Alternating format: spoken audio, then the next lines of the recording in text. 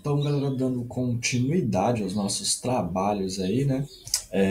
Vamos voltar a falar um pouco sobre essa questão da unificação da tributação, né? Que aí você vê a burguesia como ela tem a necessidade de estar, né, viajando constantemente atrás das feiras medievais, dos principais burgos ou cidades, né? Havia aí uma problemática envolvendo esses territórios, porque ao sair de um feudo e entrar em outro, ela tinha que pagar praticamente duas tributações, né? E toda hora cobrava-se tributações, então ela precisava de um sistema de cobrança unificado, ou que por sua vez tivesse a prevalência de um em relação aos outros, né, aos outros paralelos e assim por diante, né. Então, como tal, os impostos e as leis elas vão se tornando unificadas e o foco delas, da onde emana essa projeção de leis ou essa projeção tributária vai ser o rei, né?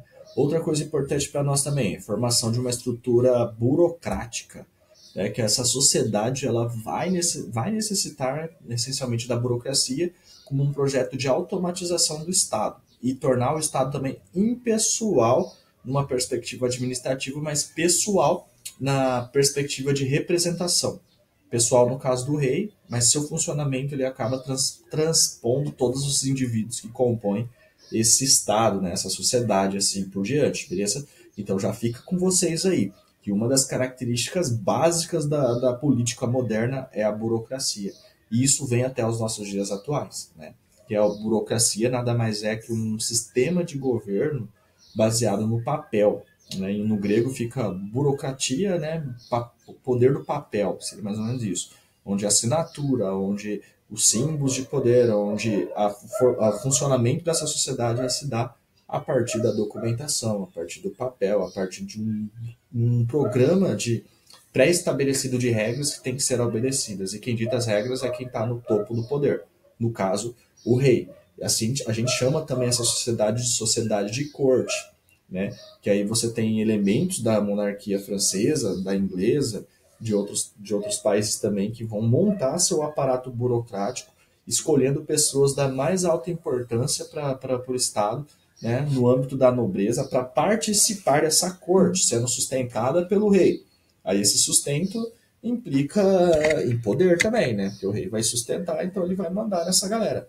E também, né, nessa perspectiva, vai aumentar os símbolos que envolvem o poder do rei. Porque você pode reparar que eu estou repetindo bastante essa palavra símbolo de poder e tudo mais, porque é uma sociedade teatral. Assim. O poder ele acaba se tornando público a partir do momento que uma pessoa se torna rei, ela se torna um agente público. Isso quer dizer o quê? Ela não tem atos privativos. Tudo que ela faz tem poder simbólico, tem uma referência simbólica e nada é por acaso. É como se o rei tivesse que ensaiar o seu levantar até o seu dormir ali, ó. E toda a ação do rei se torna uma ação política, né? Então, isso o Peter Burke, um historiador famoso, né, ele chama isso da fabricação do rei, que o rei ele se fabrica. E a sociedade de corte é o que vai dar respaldo para esse processo acontecer, beleza? E havia, por exemplo, até manuais de corte, que por sua vez eram os manuais que ajudavam, né, a galera que entrava recentemente na corte para entender o processo de obediência e como se organiza essa sociedade, assim também como para a burguesia, que havia muitos burgueses que, por sua vez, compravam os títulos de nobreza para o rei, dependendo da tua importância, dependendo da tua capacidade financeira. Eles entravam também na corte. E aí, por exemplo, ensinava regras de etiqueta, ensinava regras de se portar. Tem um grande exemplo aí da monarquia francesa, que era uma das tradições que acontecia em Versalhes, né, que é um palácio construído pelo Luís XIV, que talvez foi um dos maiores absolutistas, né, um dos maiores reis aí com poder centralizado nessa sociedade, que por sua vez ele se dizia praticamente o rei sol. Deixa eu arrumar de novo aqui, né, que eu não consigo parar quieto. Ele se dizia o rei sol. E como tal, ele fez a corte afastado de Paris e quando ele fazia suas tradições matinais, assim, ao acordar a pessoa mais importante do reino, que estaria em Versalhes, ia o ajudar a se vestir, a escovar os seus cabelos e tudo mais. Havia outras tradições que envolviam o almoço do rei, por exemplo. Você não podia dirigir a palavra ao rei sem o rei dirigir a palavra anteriormente. Ninguém estaria autorizado a tirar o chapéu a não ser o rei. Somente as pessoas convidadas pelo rei poderiam se sentar à mesa e somente as pessoas autorizadas pelo rei poderiam comer da mesa do rei. Então, não necessariamente você estar na mesa do rei quer dizer que você poderia almoçar, por exemplo. Então, tem uma série de comportamentos aí, ó, de regras de etiqueta que tinham que ser finamente obedecidas. E o que é interessante, obedecidas até mesmo pelo rei, né? Porque o rei não podia se dispor a escolher obedecer ou não essas regras que ele mesmo criava. Então, ao mesmo tempo, ele tecia essa rede de comando e, por sua vez, ficava preso nela, né? Então, o que torna ela bem interessante. E aí, o Estado centralizado, como a gente já falou, é uma das características básicas do absolutismo. E aí você tem uma estrutura econômica formada aqui também, que é chamado de mercantilismo. O que é o mercantilismo? Mercantilismo é uma doutrina econômica que se baseia nas trocas comerciais, ou seja, trocas de produto. E aí, dentro dos princípios, você tem intervenção real, o rei intervém na economia, o Estado intervém na economia. Você tem também aí, ó, a questão da predominância do metalismo, ou seja, o câmbio ele será feito através da moeda, então retorna-se a moeda, como a gente viu lá no comércio, né, no nascimento comercial. Então você tem o metal precioso, o ouro e a prata como símbolo de troca, né? E aí isso facilita de novo as trocas, as relações comerciais, as cobranças de impostos e tudo mais. Você tem também aí a questão do protecionismo, porque dentro dessa perspectiva, um país rico é um país que o rei acumula muito ouro. Então ele vai controlar o comércio, vai controlar a economia, vai estabelecer as regras econômicas, e aí o país que vai se tornar rico é o país que vai ter acumulação de capital no rei. E para fazer isso, você precisa fazer com que o ouro dos outros países adentre a sua economia e evitar todo tipo que o seu ouro saia através das trocas comerciais. Então isso é chamado de protecionismo, é criar regras alfandegárias, tributação em cima de produtos importados e favorecer a produção e a exportação de produtos nacionais. Isto é, o Brasil, nesse caso, seria protecionista, já que tributa-se produtos importados e diminui-se a tributação de produtos nacionais, com o objetivo de aumentar a competitividade dos nossos produtos e evitar que o real dolifique, né? Então, nesse caso, os reis eles controlavam os produtos que entram e que saem da tua economia e para evitar que o povo comprasse mais produtos estrangeiros, aumenta o valor dos impostos em relação a eles, tornando eles mais caros, porém, portanto, menos competitivos. E aí você tem aí a questão da balança comercial intrínseca a essa relação, já que um país, para gerar receita, precisa vender mais do que comprar. Então, se você compra mais, você se torna endividado. Se você vende mais, você vai ganhando aí, ó, reserva financeira e tudo mais. Então, como tal, o rei precisaria trabalhar nesse equilíbrio aí. E como tal, para quebrar o protecionismo, o rei precisaria também, assim como a classe burguesa, estabelecer monopólios. Então, para evitar que os outros países bloqueiem os seus produtos aumentando o valor dele, o estabelecimento de monopólios ele é essencial para quebrar esse parâmetro. Se você tem um produto na Europa que todo mundo quer e ninguém consegue produzi-lo, você vai vender de qualquer maneira. Vai vender mais caro ou mais barato. Né? Então, aliás, vai vender mais caro, mas vai continuar vendendo. Ou seja, é da mesma maneira que a gente vê o iPhone, por exemplo. O Brasil não produz o iPhone. O iPhone é produzido pelos Estados Unidos, pela empresa Apple, por exemplo. Mas como todo mundo quer o iPhone, se cobrar 10 mil, o pessoal paga. Se cobrar 7 mil, o pessoal paga. Se cobrar bem mais caro, o pessoal paga. Porque a vontade de ter o produto supera o desestímulo ao valor alto dele. Né? Que a maior parte dele é imposto. Porém, não consegue se ter um produto igual no mercado brasileiro produzido aqui, então acabam se comprando mesmo assim dos Estados Unidos. Por isso, a Apple é considerada uma das maiores empresas que se tem aí no mercado mundial. É considerado quase a 17ª economia se fosse um país. Assim. Então, se fosse um país, estaria entre os 20 países mais ricos. Uma empresa. Então dá para ver o poder, né, dessa estrutura de mercado que a gente tem hoje. E aí o monopólio seria uma das tentativas de romper com o protecionismo. E para ajudar também no estabelecimento de monopólios, você também estabeleceria colônias, que é uma outra característica do mercantilismo, é você estender o teu território, a tua área de atuação política, econômica e militar, para outros territórios, visando o estabelecimento de... Você estabelece colônias, né? E aí o objetivo dessas colônias é conseguir acesso à matéria-prima, né, a produtos que vão significar, né, a base das manufaturas europeias ou do próprio artesanato europeu. E também, nesse processo de exploração dessas colônias, você também estabelece mercado de consumo. Pessoas que teriam o objetivo só de enriquecer o rei e mais, né, pagariam impostos e comprariam produtos exclusivos da sua metrópole, que seria o país colonizador. Então, como tal, você cria uma relação de exploração envolvendo a exclusividade, envolvendo também o monopólio, né, dentro da colônia, fornecendo matéria-prima para sua metrópole e comprando os produtos à base dessa matéria-prima pela metrópole também, beleza? Então você tem aí duas palavras-chave quando fala estados nacionais. Você tem a ideia do absolutismo consolidado, o poder máximo da figura do rei, a partir de uma sociedade de corte, a partir de uma soberania, a partir de um território definido, a partir de um fortalecimento intrínseco à classe burguesa que associa-se ao rei um exército nacional, busca-se os símbolos de representação desse rei também, né? E aí você tem aí a dinastia Plantageneta, o leão, você tem aí a dinastia de Anjou, ou desculpa, a dinastia de Bourbon, você tem a Flor de Lis, você tem aí vários elementos que representariam a nação junto ao rei, né? Que a figura do poder é pessoal. E aí você tem aí a segunda métrica dos estados-nação, né? Você tem aí o mercantilismo como regra econômica, visando aí o que seria a gênese do capitalismo. A gente fala aqui que um dos primeiros estágios do capitalismo, né, do processo de evolução dessa economia, é o mercantilismo. E aí está se ensaiando aí, mesmo que essas regras, a gente vai ver mais para frente que vai ter problemas sérios, né? O liberalismo ele vai vir resolver, amadurecer esse sistema, porém ele já vai ser já no século XVIII e XIX, mas num primeiro momento aqui a gente já tem todas as bases ou todas as balizas da sociedade moderna. Uma estrutura de Estado centralizada, uma economia centralizada numa nova representatividade. Beleza? Aqui serão os territórios, aqui seria a representação da burguesia. Né? Bom, os fatores a gente já falou deles, só retomando, né? Crise do sistema feudal é o contexto que vai encabeçar essas mudanças. Né? O renascimento comercial urbano, a gente falou na última aula também, vai encabeçar essas mudanças, também essas transformações. O apoio da burguesia realeza, principalmente na questão financeira.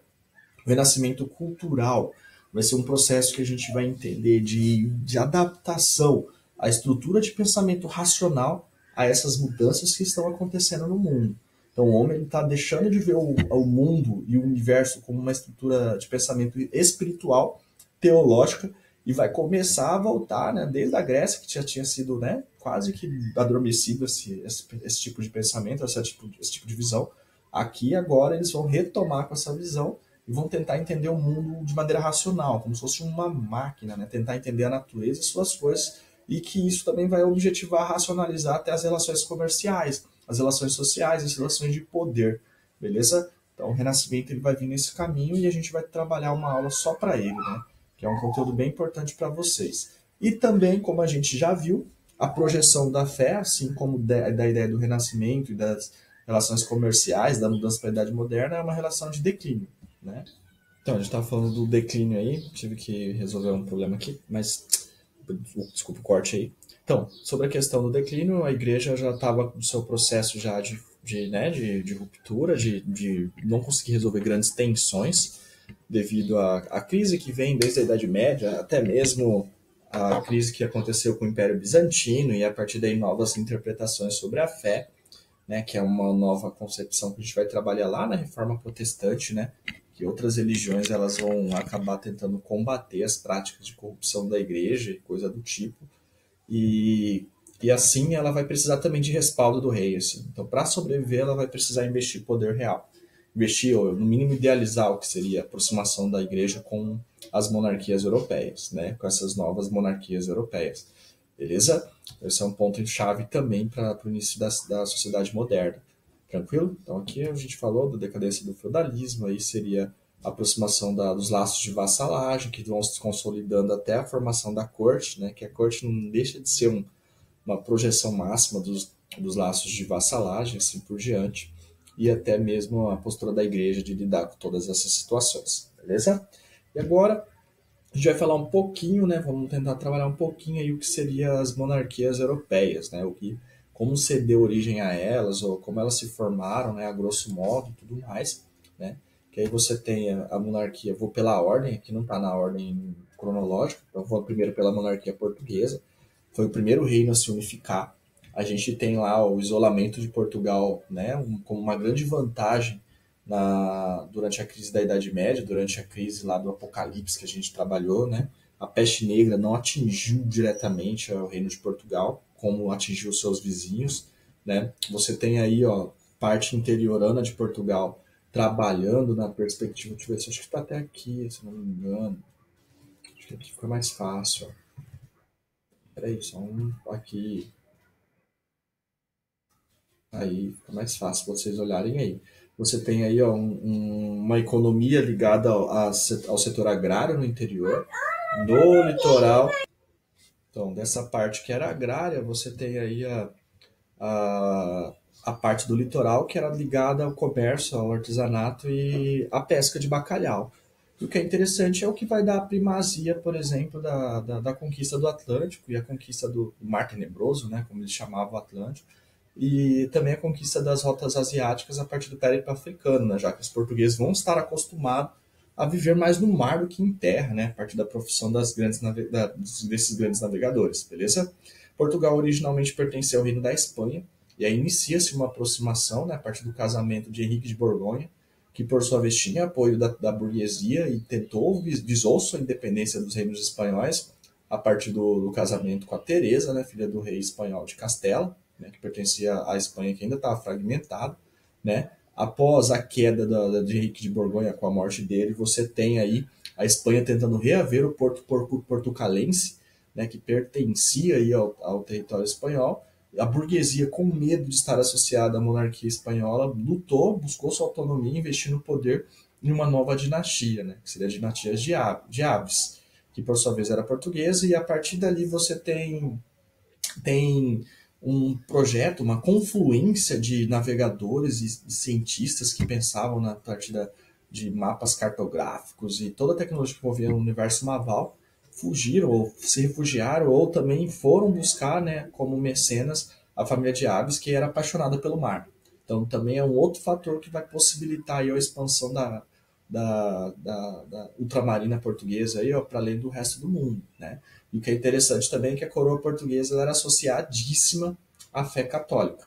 Os reis de Portugal eram chamados de reis fidedignos, eram reis filhos dignos, e o Papa, né, os papas, tinham um afinco, né, de amizade, né, muito próximo aí com, com a burguesia portuguesa, né, que já foi o primeiro reino a se consolidar. Conseguiu expulsar os árabes também, os islâmicos aí nas guerras de reconquista, tanto Portugal quanto Espanha, vão lutar contra os muçulmanos pelo controle de alguns territórios na região do Mediterrâneo e, por sua vez, vão desenvolver em larga escala tecnologia naval que vai possibilitar os europeus futuramente a entrar em contato com outros continentes, né? Fugindo da lógica do caminho por terra aí, que estava se tornando cada vez mais inviável devido à conquista dos turcos otomanos e de outros impérios islâmicos ali na região do Oriente Médio e Oriente Norte da África. Beleza? A próxima a gente pode já puxar aqui, né, a monarquia francesa, né, que aí você tem aí, ó, começa-se a constituição da monarquia a partir da Guerra dos 100 Anos.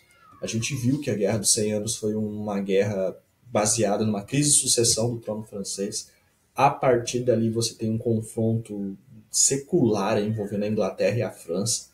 A partir dali você vai ter aí, ó, Felipe o Belo também, o que é interessante, que ele vai ajudar a consolidar a monarquia francesa a partir do momento que ele controla a autoridade da igreja, até mesmo dos templários, dentro do seu território.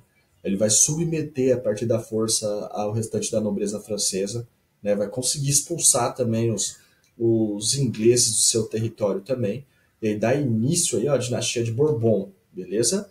A dinastia de Bourbon ela é famosa pelos Filipes, né? Pelos reis Luís, né? O rei mais poderoso da França, considerado o ápice do absolutismo francês, é o Luís XIV. O Luís XVI, que é o neto dele, vai ser o rei decapitado pela Revolução Francesa. O símbolo da monarquia francesa é a flor de lis, né? Que por sua vez essa imagem ela foi cravejada na espada de Carlos Magno, também carregava esse símbolo como uma espécie de projeção monárquica. Segundo as lendas contam, né, que Joana d'Arc, ao encontrar o túmulo de Carlos Magno, empunhou a espada dele e ajudou na liberdade da França lutando contra a Inglaterra.